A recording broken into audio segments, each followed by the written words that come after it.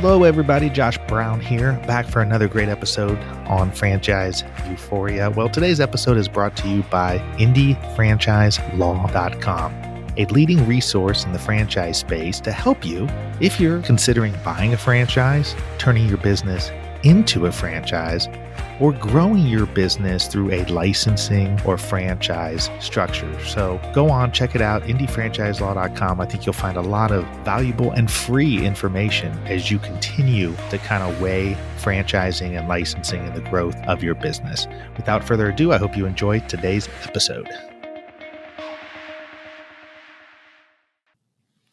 It was a trip across the world that sparked an idea that would soon become a New York City restaurant staple. Little did Danny Hodak know as he packed up his suitcase and boarded the plane to visit his wife's native state of Israel that his life would change forever. As a self-proclaimed foodie, Hodak was overwhelmed by the quality of the cultural cuisine. It was while he was sitting in a restaurant in Palestine, watching long boards filled with dough slide into a massive wood-fired oven and transform into perfect fluffy breads that was then served straight from the Taboon to table, that he knew it was an experience and taste he needed to bring back home.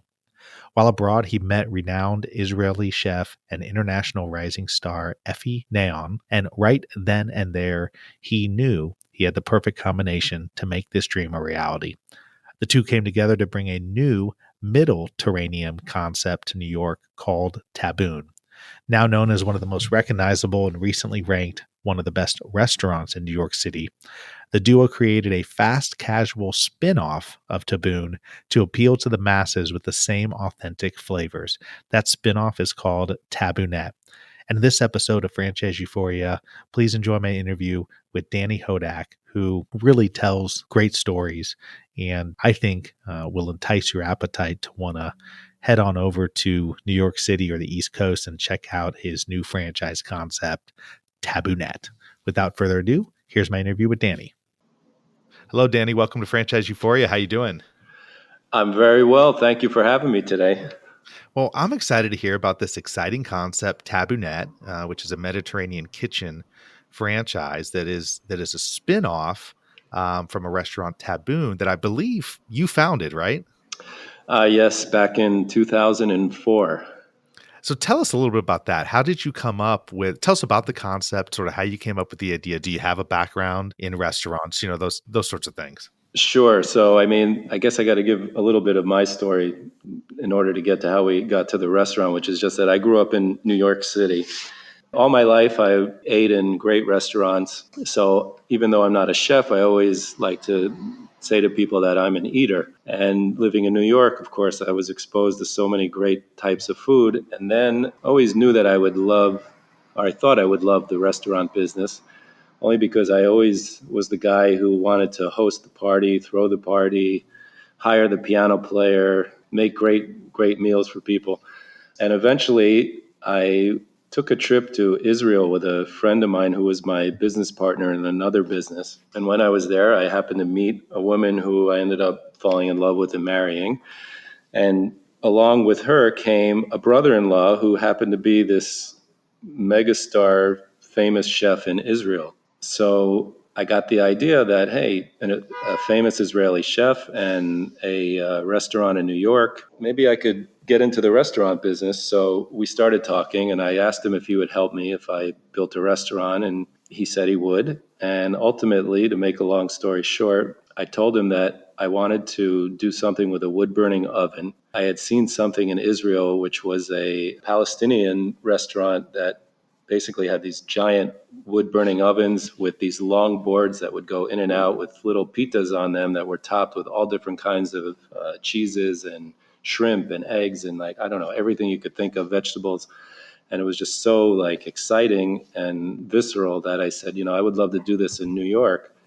And he kind of said, well, I love the idea of this wood-burning oven, but I think we'll do only food and no pizza. And I said, okay, listen, you make the menu, I'll build the restaurant.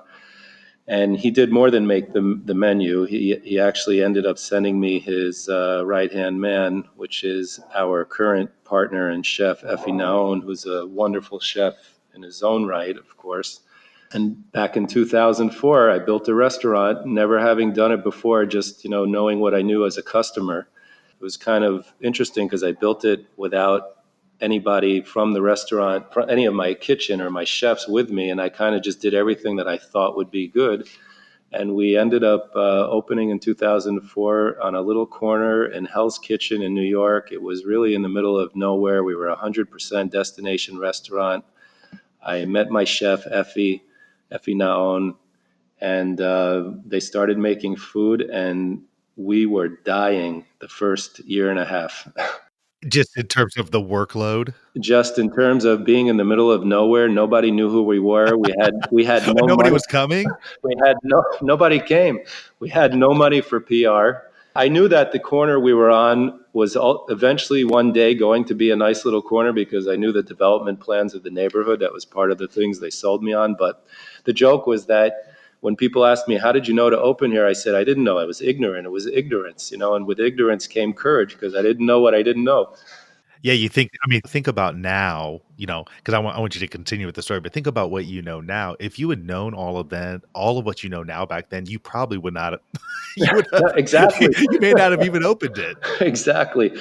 So, but what ultimately happened was I realized, wow, we did have some customers, because of my chef partner and my brother-in-law. There was people who knew what we were up to, mostly Israelis that were in New York, and they started coming, and the word slowly got out, but nowhere near enough to support a restaurant. And we knew that we had a great place, and we were dumping what little money we had left into it to keep it going. And we said, that's it. If it doesn't work, it doesn't work. And then we got a review from the New York Times. I got a phone call from Frank Bruni, and he said, you're going to be in the Times? I said, really? And he said, yep. And long story short we ended up getting a 2-star review. And literally that morning, the phone started ringing and it never stopped.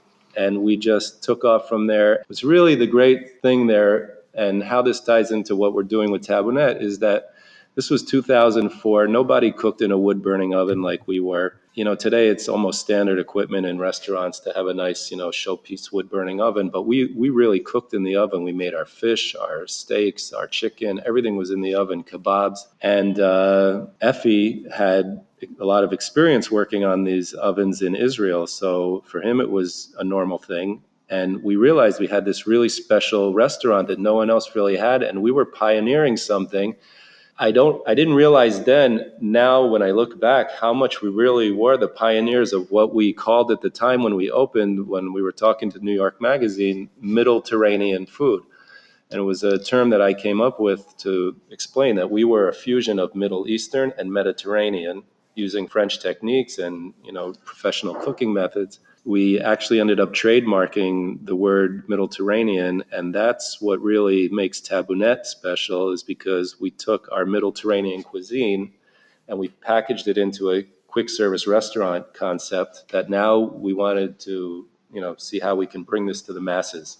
Well, so tell me this. So let's pause there for a second because there's, you go from opening a restaurant in the middle of nowhere to getting this review, which, jump starts everything and really saves you from going out of business. Did people start coming in and asking if you had other locations? What got you thinking about franchising? We wanted to open another restaurant, but as you can imagine, in New York, it's very expensive. We were several partners involved. And so there was a movement sort of going on at the time where all the big celebrity chefs were opening these quick service concepts. And so that kind of like triggered a thought in my mind about, hey, maybe we should be looking at something smaller, scalable, where we can, bring our cuisine to everybody in a different way. And franchising appealed to me.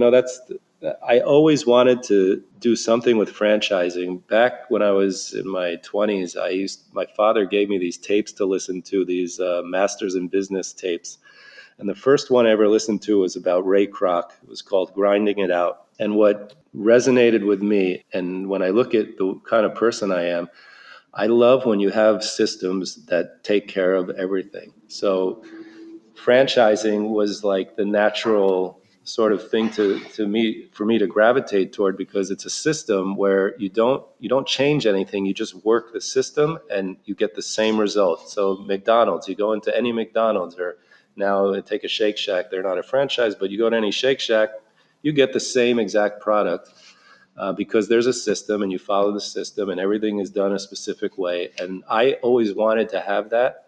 When we started talking about our quick service concept, I thought about franchising, and the other appeal of it is that it's a way to work where you have operators who are owners, so they're vested in the business, and they're going to take care of that system and take care of that product that you've worked hard to develop, like it's their own because it is their own. And our job becomes to make sure we're taking care of them, the franchisee. So, since you had this in mind from the get go, were you pretty good about putting some systems in place within Taboon from the get go, or when because you ultimately decided on a concept that's a spinoff called Taboonette Mediterranean Kitchen, which I imagine it's like a shrunk down version of Taboon. Is that fair? Yeah, so the way we like to say it is that we are revolutionizing the falafel shop by filling pitas, plates, and bowls, hummus bowls, with our Middleterranean creations. Everything at Taboonette you get either in a pita, but it's not falafel and shawarma like you would normally expect to find in a pita. We have a pulled pork pita, we have a kebab pita, we have a cauliflower pita, we have a salmon pita. So the idea was to be creative with, excuse me, what we can fill your pocket with. That was the idea behind Taboonette. And as far as systems goes, Taboon, I created inventory systems and I created different types of management tools for systematic care of the business. But franchising was even more intense than the restaurant was for us. Franchising just forced me to really drill into the concept, and every single little detail had to be buttoned up. So we wrote recipes for every item, plate builds for every items. We know down to the grain of salt how much cost goes into every plate. And that's important as a tool to give to your franchisees when they're going to be managing their locations with our help, of course, to make sure that they're going to be successful. Well, so it's really interesting, and kudos to you to have the business insight with the Middleterranean to know that there was value in protecting that, and getting a trademark for that, and then also utilizing that to grow your brand. I think that's a lesson for anybody listening who whatever that special something is, or at least if it's got some sort of a unique differentiating component, you want to jump on that and protect that, for your business. And it sounds like you were thinking about that with the whole idea of this Middleterranean, which definitely separates you from other just sort of traditional Greek or Mediterranean or Middle Eastern concepts. Yeah, I mean, I absolutely think it's important for you to be able to say, what makes you different.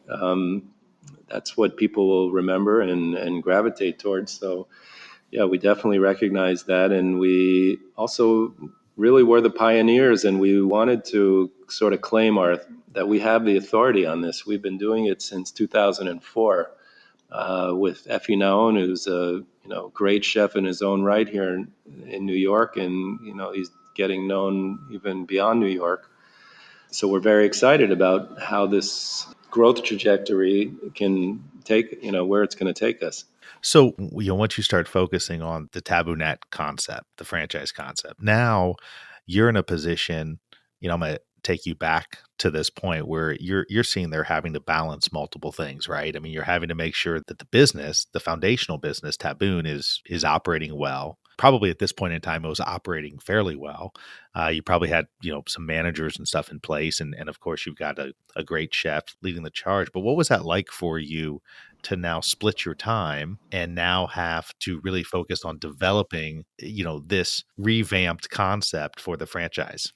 Yeah, it's a challenge. I mean, everything is about team building, right? So no one can run a business just by themselves. So you're right. We had a lot of great talent. And fortunately, because Taboon was working so well, people who worked with us didn't often leave because they were making nice money. And so we had a very stable business. And I was able to take a step back, which I did more and more of as I tried to think of ways to grow the company. I started to step back to give myself more time because of the team that I had around me, managers, my partners.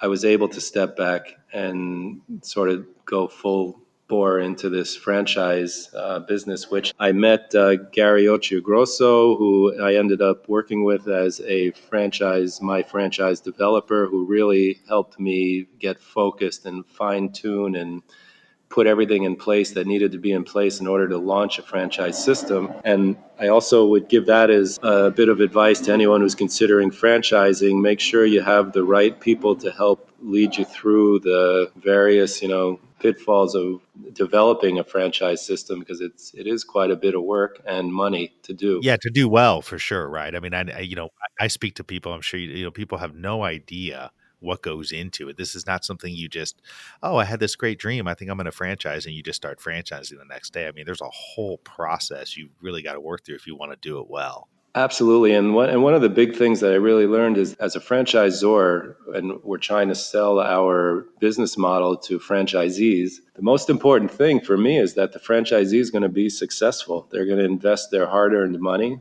And this is a business that needs to make them money. And if they're successful, I know I'll be successful, because it'll just enable me to prove my concept and sell more franchises. And so that was a big lesson I got along the way in talking to the professionals in the business, was that in the end it's really about the unit level economics and the ability for your franchisee to be successful, and that's kind of the focus you really have to have if you're going to be a franchisor. So, who is your ideal franchisee for the Taboonette franchise concept? I mean, who are you looking for to come in and open these locations?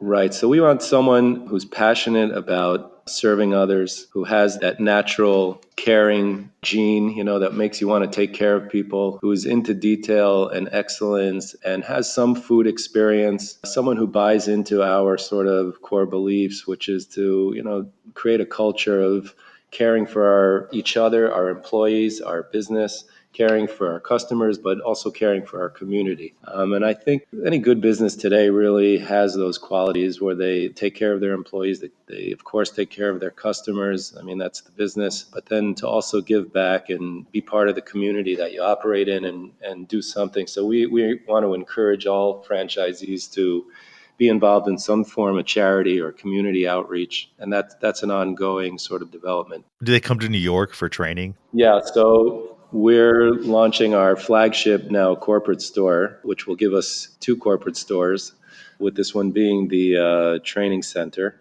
We're not planning really on opening more corporate stores. We really want to go with franchising as our growth model. Any franchisee who joins our program, once they're qualified and they sign up, they would come to New York and they would get 3 weeks of training here. And then the training program calls for a week of training at their location once they're about to open, and another week after they open, and then ongoing as necessary. Again, making sure that they're successful. And are you looking for, single unit operators, multi-unit developers? I mean, what's sort of in terms of the trajectory? I know it looked like from your website, you guys were looking to kind of grow on the East Coast first. I mean, is that fair? Yeah, I think that is fair. Yes, we're looking for both. We'd love to meet multi-unit operators. We'd love to meet single-unit operators. Again, someone who's got the understanding of this is about working a system. But yes, we do believe it's important that we grow sort of in concentric circles, starting in our immediate area. And we're not going to sell a single unit to someone at this point in California, because we have no real way to service them from here yet. I think that's really smart, by the way. There's a lot of new and emerging franchisors that will just try to sell to anybody who's interested. And certainly, I mean, Correct. especially with a food concept, I mean, that. I mean, trying to get distribution and all that stuff lined up. I mean, it can be a total disaster if you don't have a good channel in place. Right. Again, and so I credit my developer Gary and his team for really helping, again, focus us to make sure that we consider all those things. That the East Coast, great, Boston down to DC, Florida. We've gotten a lot of interest in Texas and some other areas. If a multi-unit experienced operator wanted to buy some kind of master agreement, or commit to 10 stores in a location, that would make sense to go far away. But for now, yes, we're trying to grow in a smart way that, again, we want to be responsible, and we want to make sure that our franchisees get the right service from us. So, as we finish off here, tell me, if you can, What's been one of the most challenging things that you've had to overcome in setting up this franchise system that ultimately you figured out, but something that, the listeners can take who are at that stage where either they're contemplating turning their business into a franchise or they've already done so and now they're dealing with, the challenges of growing. I mean, what's an experience that you can talk about that you've dealt with? I guess it's a mindset that you need to develop, sort of a new DNA you got to create in yourself. And it's not just in me, for example. This was my whole team. It's to realize that we're building a business model, a turnkey system here, and it has to be easy to operate. It has to be all these things that make it easily transferred to another person who can run it and work the system. So it can't be too complicated. And of course, when we're restaurant people, we come from fine dining, and I have a chef who's my partner in this. It's very easy to get overcomplicated with what you want to do and too ambitious.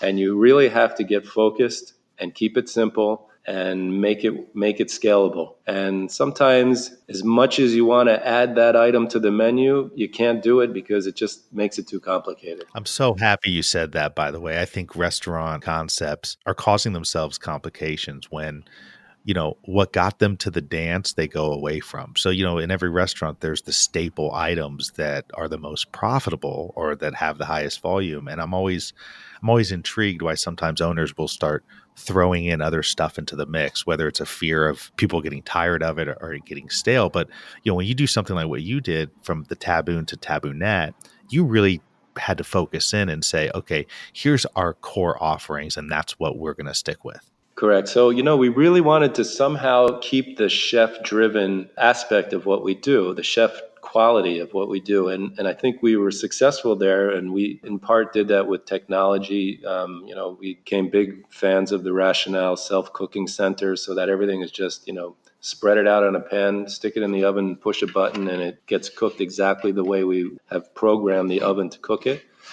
We didn't want to water down our concept and become just a buffet line, because even though that is a great business model, like a Chipotle kind of thing, people throw together items that may not necessarily taste as good as they should because they're not picking the right things to put together in their plate. And we still wanted to have some kind of chef hand in our menu. So we decided to go with a menu with items and just design it in a way that we can produce it quickly and easily and make sure that the customer gets an amazing product. So if you want to learn more about Taboonette Mediterranean Kitchen, just head on over to www.taboonette.com. That's TABOON as in Nancy, ETTE.com. Thank you, Danny, for coming on and sharing about the concept. I think it's a great story. You've got me hungry now. I love falafel. I love the type of food that you offer, and certainly when I'm in New York City or up on the East Coast somewhere, I'll definitely pop in and have to check it out. Yes, please look me up, and hopefully all the listeners will see a Taboonette in their neighborhood soon. Well, sounds great. Thanks, Danny. Have a great day. Thanks, you too. Take care.